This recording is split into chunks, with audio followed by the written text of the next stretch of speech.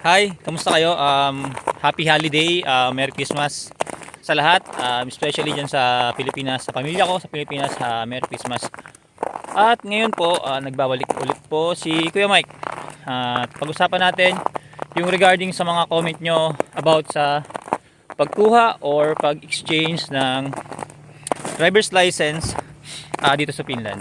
Kumbaga i-convert no yung inyong driver's license na galing sa Pilipinas at ipaapalit ninyo ng lisensya dito sa Finland. Una po, syempre, yung pag-usapan natin yung requirements.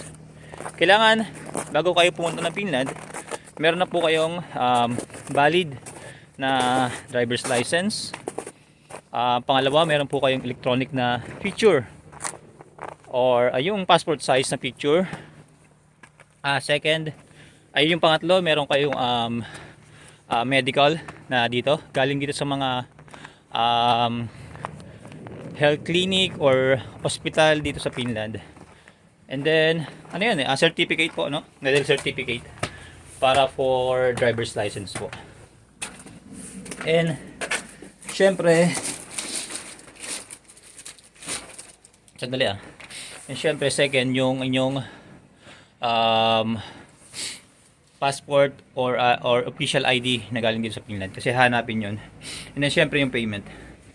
Ayan, ipa-flash ko na lang po sa screen natin kung ano po yung mga requirements. And then ayan din po yung website kung saan kayo pupunta para po mas makuha nyo lahat ng information regarding po sa pagkuha or pag-exchange po ng driver's license dito po sa Finland. Ay, nako. Hinihingal ako. Iba kasi ngayon pagka sobrang lamig, saka pag naglalakad ka ngayon sa snow, talagang bumabaon yung buong buong sapatos mo sa snow, kaya mahirap din maglakad. At syempre, Kuya Mike,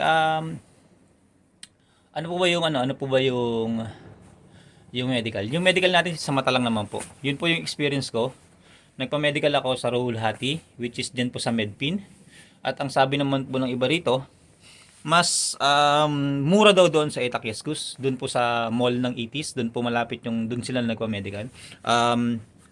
I-search nyo pa rin kung saan po yung pinaka-cheapest, kasi doon ako malapit sa Ruhulati, doon ako malapit sa trabaho ko, kaya dumiretso na rin ako doon para hindi na rin po ako hassle sa oras, kasi wala akong oras para sa medical And then yun nga po ang medical dito sa experience ko, binipi lang ako, and then yung sa mata, yun lang naman yung doon, exam doon. And then bibigyan ka nila ng copy noon, yun yung isasubmit mo kapag ka nagpag-book ka na diyan po sa, ayan, ipa-plus ko na lang po. Diyan po kayo magpapabook. Diyan po sa website na yan. Ano yan? ayokotsi.info.fi Akatsuki ba? Yun basta yan po. Tignan nyo lang po sa website.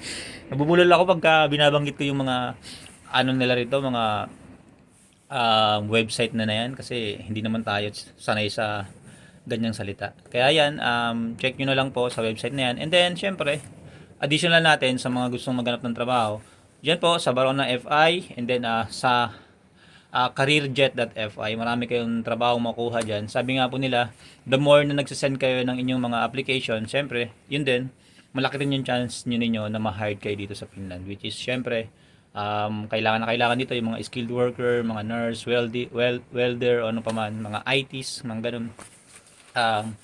Wag lang kayong mapapagod na mag-submit ng inyong mga resume. Try and try lang, sabi nga nila kasi marami sa mga Pilipino dito, lalong-lalo yung mga skilled worker, galing sila dyan sa Barona FI. Syempre, para mas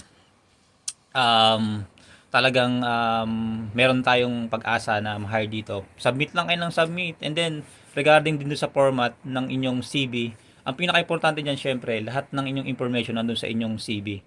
Kasi marami nagsasabi, Kuya Mike, ganito ba ang format ng CV? Ganito ba ang format ng resume?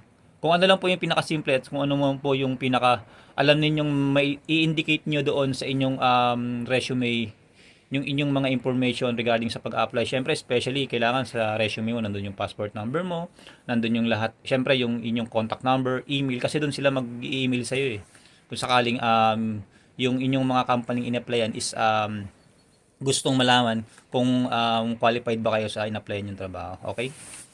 At saka maraming salamat po sa 3,500,000 na ating subscriber. Hindi, 3,500 subscriber natin. Maraming salamat po sa inyong lahat, sa inyong pagsubaybay kay Kuya Mike in Finland. Pasensya na kayo kung ngayon lang tayo nakakapag-upload dahil talagang napaka-busy natin. Lalong-lalo na ngayon na December. At saka mahirap mag-vlog kasi sobrang lamig na po talaga. Kung makapansin nyo po yun, no? Yan po. Yan po yung ating kapaligiran dito sa Finland. At lagi pong pinapaalala ni Kuya Mike, put God first. Maraming salamat.